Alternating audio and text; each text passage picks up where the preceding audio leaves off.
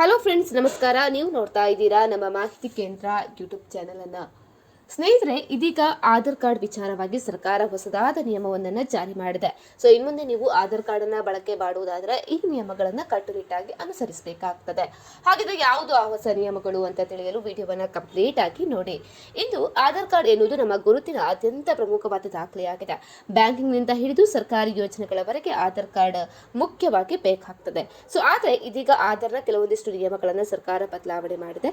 So in ಮುಂದೆ ಹೆಸರು, ವಿಳಾಸ, ಜನ್ಮ ದಿನಾಂಕ ಮತ್ತು ಮೊಬೈಲ್ ಸಂಖ್ಯೆ ಅಂತ ಮಾಹಿತಿಯನ್ನ ನೀವು ಆನ್ಲೈನ್ ನಲ್ಲೇ ಬದಲಾವಣೆ ಮಾಡ್ಕೋಬಹುದು ಅಂತ ಹೇಳಿದೆ. ಆದ್ರೆ finger print, photo, iris scan ಅಂತಹ ಬಯೋಮೆಟ್ರಿಕ್ ಅಪ್ಡೇಟ್ಗಳಿಗಾಗಿ ನೀವು ಕಡ್ಡಾಯವಾಗಿ ಆಧಾರ್ ಸೇವಾ ಕೇಂದ್ರಕ್ಕೆ ಭೇಟಿ ನೀಡಿ ಇಲ್ಲಿ ನೀವು ಅಪ್ಡೇಟ್ ಅನ್ನ ಮಾಡಬೇಕಾಗ್ತದೆ. ಅದೇ ರೀತಿ ಇದೀಗ ಬಂದ ಹೊಸ ನಿಯಮದ ಪ್ರಕಾರ ನಿಮ್ಮ ಪಾನ್ ಕಾರ್ಡ್ ಕೂಡ ಆಧಾರ್ ಕಾರ್ಡ್ಗೆ ಲಿಂಕ್ ಮಾಡೋದು ಕಡ್ಡಾಯ. ಸೊ ಇದಕ್ಕಾಗಿ ಡಿಸೆಂಬರ್ 31, 2025 ಸಮಯ ನೀಡಲಾಗಿದೆ. ಒಂದು ವೇಳೆ ಈ ದಿನಾಂಕದ ಒಳಗಡೆ ನೀವು ಲಿಂಕ್ ಮಾಡದೇ ಇದ್ರೆ ನಿಮ್ಮ ಪಾನ್ ಕಾರ್ಡ್ ರದ್ದಾಗುವ ಸಾಧ್ಯತೆ ಕೂಡ ಇರ್ತದೆ. ಸೊ ಇದರಿಂದ ಬ್ಯಾಂಕಿಂಗ್ ಸೇವೆ, ತೆರಿಗೆ ಕಟ್ಟೋದಾಗ್ಲಿ ಅಥವಾ ಹೊಸ ಖಾತೆ ತೆರೆಯುವುದಾಗ್ಲಿ, ಸೊ ಇದೆಲ್ಲ ಪ್ರಕ್ರಿಯೆಗಳು ಕೂಡ ಸ್ಥಗಿತ ಆಗ್ಬೋದು. ಸೊ ಹಾಗಾಗಿ ಸರಿಯಾಗಿ ಸಮಯವಾಗಿ ನಿಮ್ಮ ಪಾನ್ ಕಾರ್ಡ್ ಅನ್ನು ಕೂಡ ನೀವು ಅಪ್ಡೇಟ್ ಮಾಡಬೇಕಾಗ್ತದೆ. ಸೊ ಅದೇ ರೀತಿ ನೀವು ಆನ್ಲೈನಲ್ಲಿ ಅಪ್ಡೇಟ್ ಮಾಡೋದಾದ್ರೆ ನೀವು ಮೈ ಆಧಾರ್ ಪೋರ್ಟಲ್ಗೆ ಲಾಗಿನ್ ಮಾಡಿ ನಿಮ್ಮ ಮೊಬೈಲ್ ಸಂಖ್ಯೆಗೆ ಬರುವ OTP ಅನ್ನು ನಮೂದಿಸಿ ನೀವು ಅಪ್ಡೇಟ್ ಮಾಡ್ಬೋದಾಗಿದೆ.